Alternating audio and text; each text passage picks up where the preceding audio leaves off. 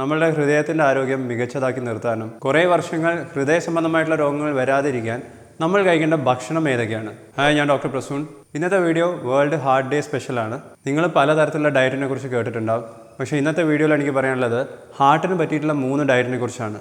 അതേതൊക്കെയാണ് നമുക്ക് നോക്കാം. So welcome back to ഡോക്ടറി. നമുക്ക് തുടങ്ങാം. നിങ്ങൾ ഏത് കാർഡിയോളജിസ്റ്റിൻ്റെ അടുത്ത് പോകുകയാണെന്നുണ്ടെങ്കിലും ഏത് ഹാർട്ട് അസോസിയേഷൻ്റെ റെക്കമെൻഡേഷൻസ് നോക്കുകയാണെന്നുണ്ടെങ്കിലും ഹൃദയത്തിൻ്റെ ആരോഗ്യം മികച്ചതാക്കി നിർത്താൻ 3 ഡയറ്റ് ഉണ്ട്. അതിലാദ്യം പറയാനുള്ളത് പ്ലാന്റ് ബേസ്ഡ് ആയിട്ടുള്ള ഡയറ്റാണ്. പ്ലാന്റ് ബേസ്ഡ് ഡയറ്റ് എന്ന് പറഞ്ഞാൽ ചെടികളെയാണ് മെയിനായിട്ടുള്ള ഭക്ഷണമാക്കി നമ്മൾ എടുക്കുന്നത്. മൃഗങ്ങളിൽ നിന്നും കിട്ടുന്ന തരത്തിലുള്ള എല്ലാ തരത്തിലുള്ള മീറ്റ് പ്രൊഡക്ട്സ്, പോൾട്രി ഇതൊക്കെ ഒഴിവാക്കുന്നുണ്ട്. പ്ലാന്റ് ബേസ്ഡ് ഡയറ്റ് തന്നെ പല തരത്തിലുണ്ട്.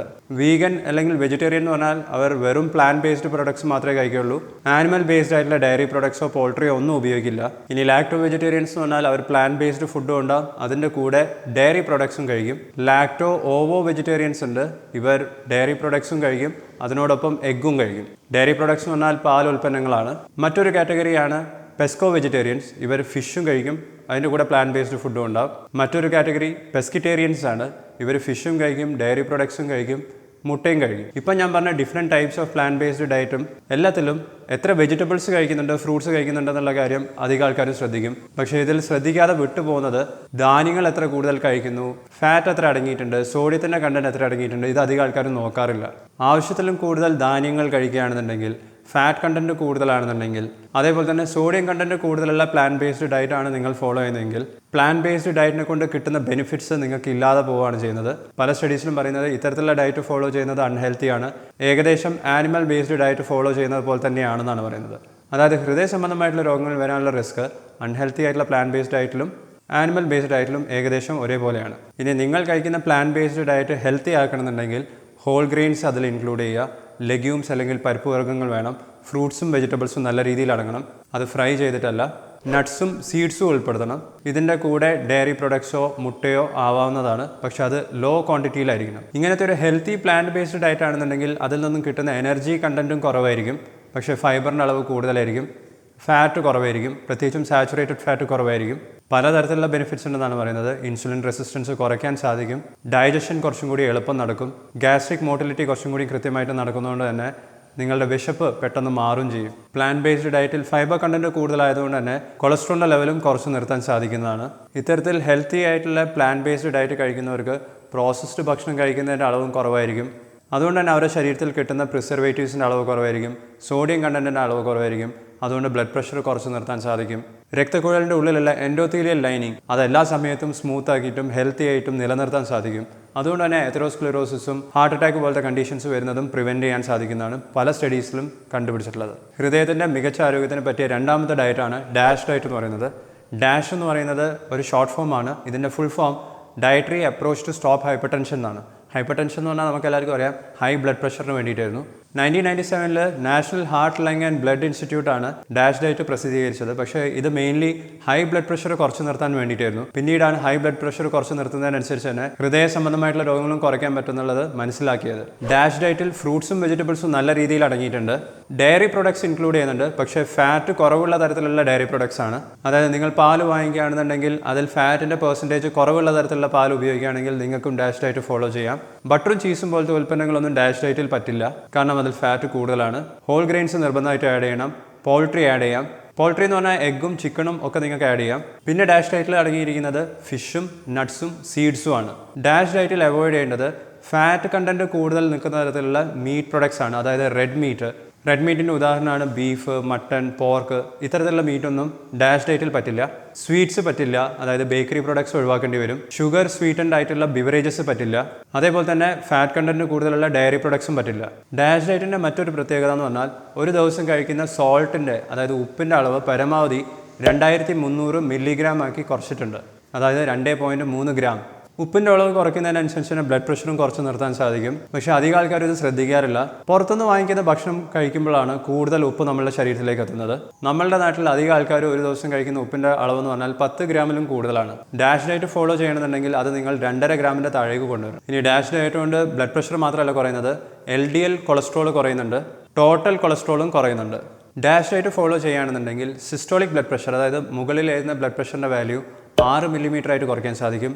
അതേപോലെ തന്നെ ഡയസ്റ്റോളിക് ബ്ലഡ് പ്രഷർ, താഴെ എഴുതുന്ന ബ്ലഡ് പ്രഷറിൻ്റെ വാല്യൂ 3 മില്ലിമീറ്റർ കുറയ്ക്കാൻ സാധിക്കുമെന്നും പല സ്റ്റഡീസിലും കണ്ടുപിടിച്ചിട്ടുണ്ട്.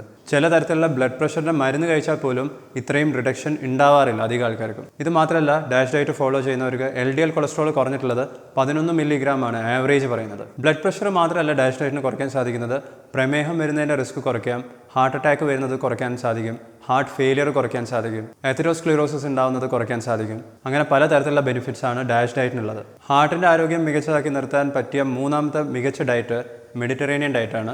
മെഡിറ്ററേനിയൻ സീന് ചുറ്റുമുള്ള കൺട്രീസിലാണ് മെഡിറ്ററേനിയൻ ഡയറ്റ് തുടങ്ങിയെങ്കിലും ഇപ്പോൾ ഇതൊരു വളരെ പോപ്പുലർ ആയിട്ടുള്ള ഡയറ്റാണ്. ഇതിൻ്റെ പ്രധാന ഘടകം എന്ന് പറയുന്നത് ഹോൾ ഗ്രെയിൻസ് അടങ്ങിയിട്ടുണ്ട്, ലീഫി ഗ്രീൻ വെജിറ്റബിൾസും ഫ്രൂട്ട്സും ആണ്. ഇതിനോടൊപ്പം തന്നെ പരിപ്പ് വർഗ്ഗങ്ങൾ ആഡ് ചെയ്യുന്നുണ്ട്, അൺസോൾട്ടഡ് അതായത് ഉപ്പ് ചേർക്കാത്ത നട്ട്സ് ഉണ്ട്, ചില തരത്തിലുള്ള ഹെർബ്സും സ്പൈസസും ആഡ് ചെയ്യുന്നുണ്ട്. മെഡിറ്ററേനിയൻ ഡയറ്റിൻ്റെ ഒരു സ്പെഷ്യാലിറ്റി എന്ന് പറഞ്ഞാൽ ഇതിൽ extra virgin olive oil add ചെയ്യുന്നുണ്ട്. എക്സ്ട്രാ വെർജിൻ ഒലിവ് ഓയിലിൽ അൺസാച്ചുറേറ്റഡ് ഫാറ്റി ആസിഡ്സിൻ്റെ അളവാണ് കൂടി നിൽക്കുന്നത്. അതും നമ്മളുടെ ഹാർട്ടിനും രക്തക്കുഴലിനും ഒക്കെ നല്ലതാണ്. മെയിൻലി പ്ലാൻ ബേസ്ഡ് ഡയറ്റ് ആണെന്നുണ്ടെങ്കിലും മെഡിറ്ററേനിയൻ ഡയറ്റിൽ മോഡറേറ്റ് അളവിൽ, അതായത് മിതമായ അളവിൽ ഫിഷും പോൾട്രിയും കഴിക്കാമെന്ന് പറയുന്നുണ്ട്.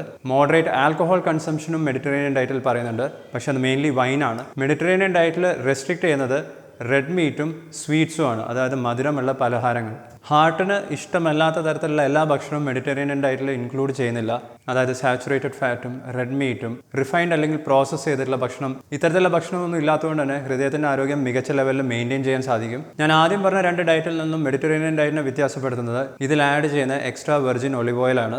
ഡയറി പ്രൊഡക്ട്സ് അതായത് പാൽ ഉൽപ്പന്നങ്ങൾ ഉപയോഗിക്കുന്നത് മെഡിറ്ററേനിയൻ ഡയറ്റിൽ കുറവാണ്. മെഡിറ്ററേനിയൻ ഡയറ്റ് സ്ഥിരമായിട്ടും ഫോളോ ചെയ്യുന്ന ഒരാൾക്ക് ആൻറ്റി ഓക്സിഡൻസിൻ്റെ അളവ് കൂട്ടി നിർത്താൻ സാധിക്കും. ശരീരത്തിലും രക്തക്കുഴലിൻ്റെ അകത്തുമുള്ള ഇൻഫ്ലമേഷൻ കുറച്ച് നിർത്താൻ സാധിക്കും. അതുകൊണ്ട് തന്നെ എത്തറോസ്ക്ലിറോസിസും ഹാർട്ട് അറ്റാക്സ് ഒക്കെ വരാനുള്ള റിസ്ക്കും കുറവായിരിക്കും. LDL കൊളസ്ട്രോൾ കുറച്ച് നിർത്താൻ സാധിക്കും. അതേസമയം നല്ല കൊളസ്ട്രോൾ ആയിട്ടുള്ള HDL കൊളസ്ട്രോൾ അത് കൂട്ടി നിർത്താൻ സാധിക്കും. മെഡിറ്ററേനിയൻ ഡയറ്റിൻ്റെ ബെനിഫിറ്റ്സ് ഏറ്റവും ആദ്യം കണ്ടുപിടിച്ചത് 1958 7 കൺട്രീസിൻ്റെ സ്റ്റഡീസിലായിരുന്നു. ഇതിനുശേഷം പലതരത്തിലുള്ള സ്റ്റഡീസും കണ്ടക്ട് ചെയ്തിട്ടുണ്ട്. എല്ലാത്തിലും കൺസിസ്റ്റൻ്റ്ലി കണ്ടുപിടിച്ചിട്ടുള്ളത് മെഡിറ്ററേനിയൻ ഡയറ്റ് ഹാർട്ട് ഹെൽത്തി ആണെന്നാണ്. മെഡിറ്ററേനിയൻ ഡയറ്റ് ഫോളോ ചെയ്യാൻ തുടങ്ങിയിട്ട് ഏകദേശം 70 കൊല്ലത്തിൻ്റെ അടുത്തായി. അതുകൊണ്ട് തന്നെ നമുക്ക് മെഡിറ്ററേനിയൻ ഡയറ്റിനെ കുറിച്ച് കുറേ കാര്യങ്ങൾ അറിയാം. പല രീതിയിലും മെഡിറ്ററേനിയൻ ഡയറ്റിൻ്റെ ഡിഫറെൻറ്റ് വെറൈറ്റീസ് ലോകത്തിൻ്റെ പല ഭാഗത്തും പല ആൾക്കാരും ഫോളോ ചെയ്യുന്നുണ്ട്. അതിൽ extra virgin olive oil add ചെയ്യുന്ന തരത്തിലുള്ള മെഡിറ്ററേനിയൻ ഡയറ്റിനാണ് മാക്സിമം ഹാർട്ട് പ്രൊട്ടക്റ്റീവ് ബെനിഫിറ്റ്സ് ഉണ്ടെന്ന് പറയുന്നത്. വെർജിൻ ഓയിൽ ഉപയോഗിക്കാതെയും വേണമെങ്കിൽ മെഡിറ്ററേനിയൻ ഡയറ്റ് വേണമെങ്കിൽ നമുക്ക് കേരളത്തിലൊക്കെ ഫോളോ ചെയ്യാം, അതിനും ബെനിഫിറ്റ്സ് ഉണ്ടാവും. പക്ഷേ ഒറിജിനൽ ആയിട്ടുള്ള മെഡിറ്ററേനിയൻ ഡയറ്റിൻ്റെ അത്രയും ബെനിഫിറ്റ്സ് ഇങ്ങനെ ഓൾട്ടേർഡ് ഫോം ആയിട്ടുള്ള ഡയറ്റ്സിന് ഉണ്ടാവില്ല. ഇനി മറ്റൊരു ഡയറ്റിനെ കുറിച്ചും കൂടി പറയാം, കീറ്റോജനിക് ഡയറ്റ്. കീറ്റോജനിക് ഡയറ്റിൽ ഫാറ്റിൻ്റെ അളവാണ് കൂട്ടുന്നത്. 90% നമുക്ക് കിട്ടുന്ന എനർജി ഫാറ്റ്സിലൂടെയാണ്. കാർബോഹൈഡ്രേറ്റ്സ് 5% താഴെ ഉണ്ടാവുള്ളൂ. പക്ഷേ കീറ്റോജനിക് ഡയറ്റിൻ്റെ പ്രശ്നം എന്ന് പറഞ്ഞാൽ അധികം ആൾക്കാർക്കും കൂടുതൽ കാലം ഫോളോ ചെയ്യാൻ ബുദ്ധിമുട്ടാണ്. പോരാത്തതിന് LDL കൊളസ്ട്രോൾ വല്ലാതെ കൂടി നിൽക്കുകയും ചെയ്യും. LDL കൊളസ്ട്രോൾ കൂടുന്നതുകൊണ്ട് തന്നെ പല കാർഡിയോളജിസ്റ്റും ഹാർട്ട് അസോസിയേഷൻസ് എല്ലാം കീറ്റോജനിക് ഡയറ്റിനെ ഒരു ഹാർട്ടിന് പറ്റിയ ഡയറ്റ് ആണെന്നുള്ള രീതിയിൽ റെക്കമെൻഡ് ചെയ്യുന്നില്ല. കീറ്റോജനിക് ഡയറ്റിൻ്റെ കൂടുതൽ ബെനിഫിറ്റ്സ് മനസ്സിലാക്കാൻ വീണ്ടും കുറേ സ്റ്റഡീസ് നടത്തണം എന്നുള്ള രീതിയിൽ തന്നെയാണ് അധിക ആർട്ടിക്കിൾസിലും സ്റ്റഡീസിലും പറയുന്നത്. മറ്റൊരു കാര്യം നിങ്ങൾ മനസ്സിലാക്കേണ്ടത്, ഹാർട്ടിന് ഡയറ്റ് മാത്രം പോരാ, എക്സസൈസ് വേണം, പ്രോപ്പർ സ്ലീപ്പ് വേണം. ഇതെല്ലാം ഉണ്ടെങ്കിൽ മാത്രമേ നിങ്ങളുടെ ഹാർട്ട് മികച്ച രീതിയിൽ കുറേ വർഷങ്ങൾ പ്രവർത്തിച്ചുകൊണ്ടിരിക്കുകയുള്ളൂ. ഇനി എനിക്കറിയേണ്ടത്, നിങ്ങൾ ഏത് തരത്തിലുള്ള ഡയറ്റാണ് ആദ്യം ഫോളോ ചെയ്ത് നോക്കാൻ പോകുന്നത്? ആ കാര്യം വീഡിയോയുടെ താഴെ നിന്ന് കമൻറ്റ് ചെയ്യുക. കൂടുതൽ എക്സസൈസ് ഹാർട്ടിന് നല്ലതാണോ അല്ലേന്ന് അറിയാൻ ഈ വീഡിയോ കാണുക. ഹാർട്ടിനെക്കുറിച്ചും ഹൃദയ സംബന്ധമായിട്ടുള്ള രോഗങ്ങളെക്കുറിച്ചും ഞാൻ ചെയ്തിട്ടുള്ള വീഡിയോസൊക്കെ നിങ്ങൾക്ക് ഈ പ്ലേലിസ്റ്റിൽ കാണാം. ഈ വീഡിയോ നിങ്ങൾക്ക് ഇഷ്ടപ്പെട്ടാൽ ലൈക്ക് ചെയ്യുക, ചാനൽ സബ്സ്ക്രൈബ് ചെയ്യുക. ഞാൻ നിങ്ങളെ നെക്സ്റ്റ് വീഡിയോയിൽ കാണാം. Thank you so much watching. By.